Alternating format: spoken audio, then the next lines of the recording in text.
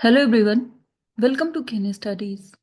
आज है 4 फरवरी और आज की डेट में हम जिन टॉपिक्स को कवर करेंगे करंट अफेयर सेशन में वो है स्पेशल इकोनॉमिक जोन्स। देन हम देखेंगे ग्रे मार्केट के बारे में। नेशनल क्रिटिकल मिशन हाल ही में अप्रूव किया गया कैबिनेट के द्वारा, हम ये देखेंगे। देन पीएम सूर्य घर मुफ्त बिजली योजना देखेंगे। Fund of funds for startup scheme के बारे में देखेंगे और डिजास्टर मैनेजमेंट एक्ट के तहत डिजास्टर को कैसे परिभाषित किया गया है इस पर चर्चा करेंगे। तो शुरू करते हैं। आज का फर्स्ट क्वेश्चन है,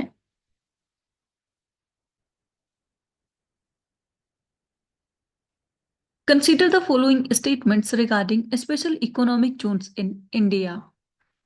सो यहाँ पर भारत में जो विशेष आर्थिक क्षेत्र हैं उनसे संबंधित कुछ कथन दिए गए हैं जिन पर आपको विचार करना है। फर्स्ट स्टेटमेंट है, they offer duty exemptions and simplified business regulations to attract investment and create employment. And second, Asia's first export processing zone was established in 1965 at Kandla, Gujarat. और यहाँ पर आपसे करेक्ट स्टेटमेंट्स पूछे जा रहे हैं। आपको बताना है स्पेशल इकोनॉमिक जोन से संबंधित यहाँ पर कौन से स्टेटमेंट्स करेक्ट हैं।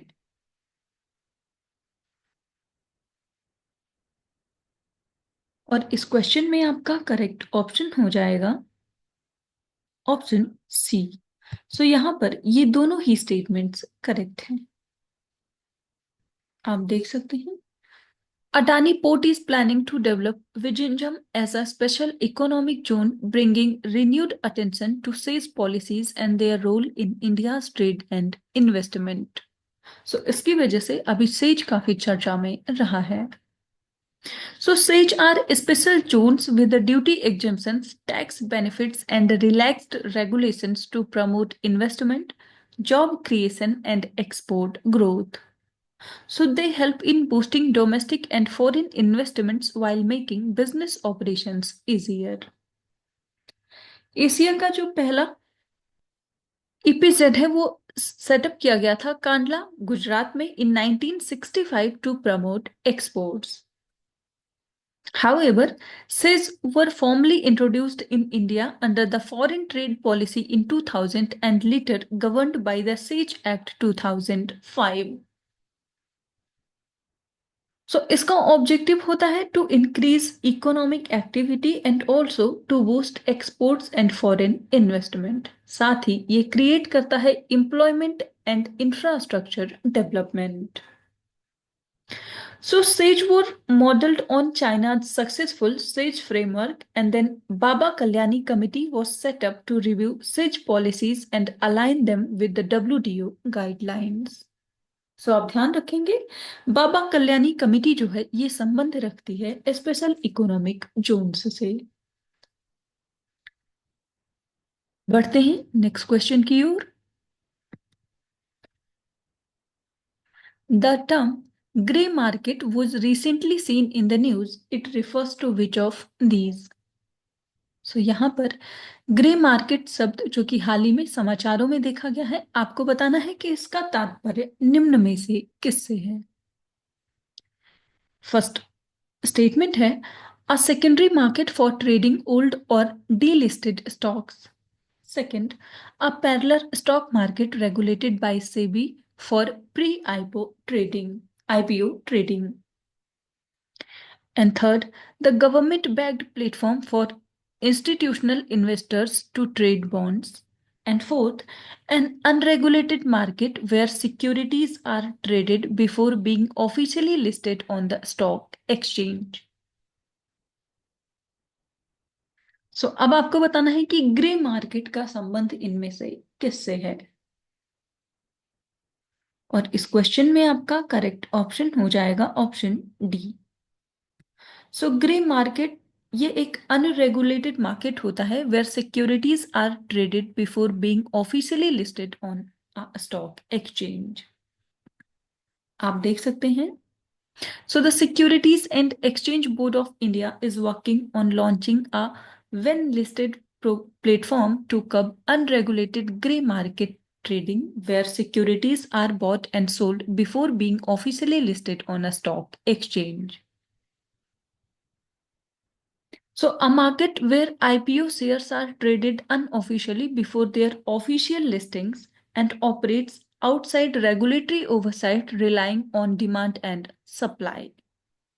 So, investors use gray market premiums to gauge the potential performance of an IPO.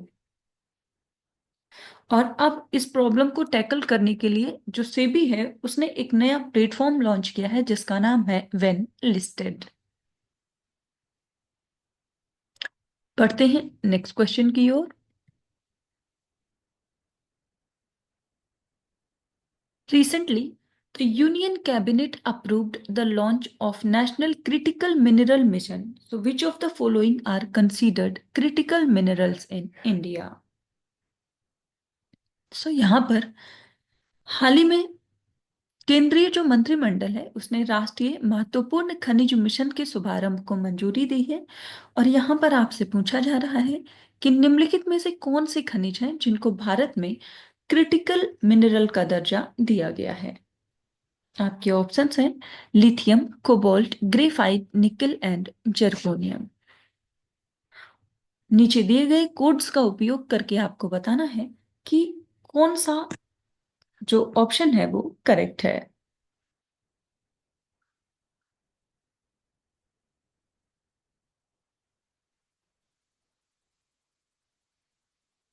और इस क्वेश्चन में आपका करेक्ट ऑप्शन हो जाएगा ऑप्शन डी। सो यहाँ पर इन सभी को क्रिटिकल मिनरल मिशन में शामिल किया गया है या क्रिटिकल मिनरल का दर्जा दिया गया है। आप देख सकते हैं The Union Cabinet approved the 16,300 crore National Critical Mineral Mission aimed at reducing India's dependency on imports and ensuring self-reliance in critical minerals needed for sectors like renewable energy, electric vehicles, and high-tech industries. So, critical minerals are minerals essential for strategic industries, clean energy, and high-tech applications, but with high supply risk. So, India ने identify किया है 30 critical minerals including lithium, cobalt, graphite, nickel, zirconium, rare earth elements, titanium and tungsten etcetera. So lithium, cobalt और graphite की बात करें तो इनको use किया जाता है जो ईवी बैटरीज या फिर जो एनर्जी स्टोरेज सेक्टर होता है वहां पर। इसके साथ ही nickel and zirconium are essential for aerospace, electronics and nuclear applications. So इस मिशन का जो ऑब्जेक्टिव है वो है to enhance domestic exploration and mining of critical minerals and also develop strategic reserves to mitigate supply risk. So this mission is going to promote recycling and recovery from waste products. बढ़ते हैं next question की ओर।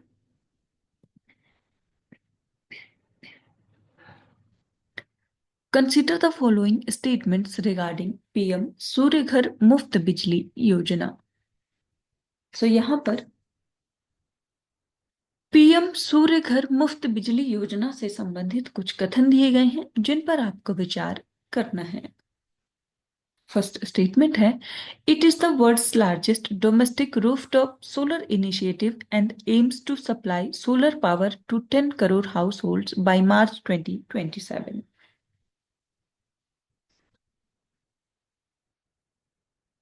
And second, the scheme subsidizes 100% of the solar unit for systems up to 2 kilowatt capacity. And third, the program is also expected to save the government 75,000 crores annually in electricity costs. और यहां पर आपसे correct statements पूछे जा रहे हैं।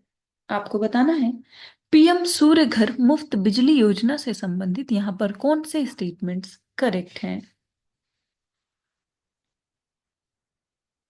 और इस क्वेश्चन में आपका करेक्ट ऑप्शन हो जाएगा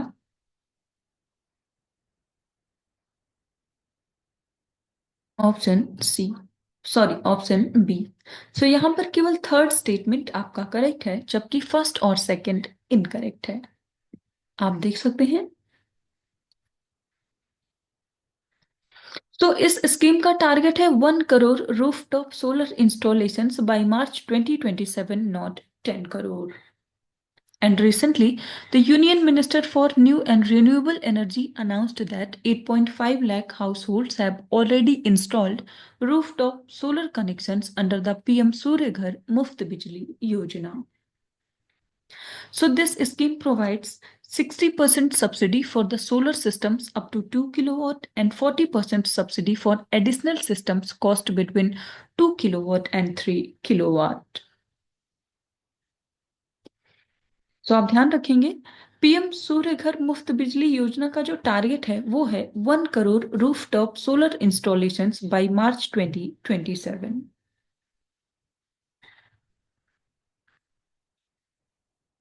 बढ़ते हैं नेक्स्ट क्वेश्चन की ओर।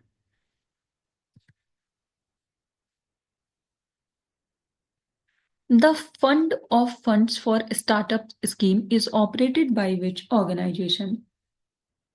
सो यहाँ पर आपसे पूछा जा रहा है, स्टार्टअप्स के लिए फंड ऑफ फंड्स जो योजना है ये किस संगठन के द्वारा संचालित की जाती है।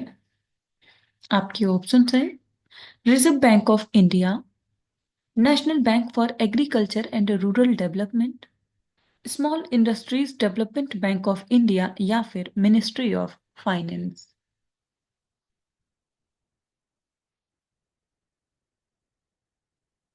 और इस क्वेश्चन में आपका करेक्ट ऑप्शन हो जाएगा ऑप्शन सी। सो इसको संचालित किया जाता है सिडबी के द्वारा। आप देख सकते हैं, the startup India mission success owes much to funding mechanism like the fund of funds for startups. And this was launched in 2016 with the 10,000 crore rupees corpus aligned with the 14th and 15th Finance Commission. And its goal is to boost the Indian startup ecosystem and provide access to domestic capital. So, Fund of Funds Startups does not invest directly in startups but funds SEBI registered alternative investment funds which invest in startups via equity and equity linked instruments. And this scheme was operated by the Small Industries Development Bank of India, जिसे हम सिडबी के नाम से जानते हैं। और ये एक रेगुलेटरी बॉडी है for the overall licensing and regulation of micro small and medium enterprises finance companies in India. So ये वर्क करता है under the jurisdiction of ministry of finance और इसका हेडक्वार्टर है लखनऊ में। इसको स्टैब्लिश किया गया 1990 में और वर्तमान समय में सिडबी के चेयरमैन हैं Manoj Mittal. So SIDBI is one of the 5 All India financial institutions regulated and supervised by the Reserve Bank of India. और इसके अलावा जो 4 हैं वो हैं Exim bank of India, NABARD, NaBFID and NHB. बढ़ते हैं नेक्स्ट क्वेश्चन की ओर। Under the Disaster Management Act, the term disaster specifically refers to which of these? तो यहाँ पर आपसे पूछा जा रहा है, आपदा प्रबंधन अधिनियम के अंतर्गत जो आपदा शब्द है ये विशेष रूप से किससे संबंधित है या इसका तात्पर्य क्या है।